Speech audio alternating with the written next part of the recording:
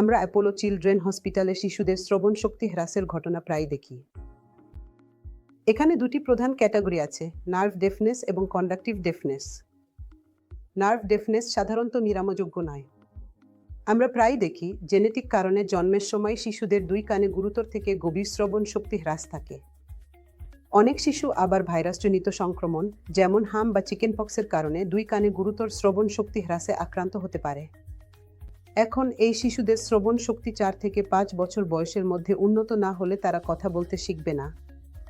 এই শিশুদের জন্য কক্লিয়ার ইমপ্লান্ট সার্জারি সবচেয়ে উপযুক্ত, যেখানে একটি ইমপ্লান্ট অপারেশনের মাধ্যমে অভ্যন্তরীণ কানে কক্লিয়ার নার্ভের কাছে স্থাপন করা হয় যাতে নার্ভটি উদ্দীপ্ত হয়।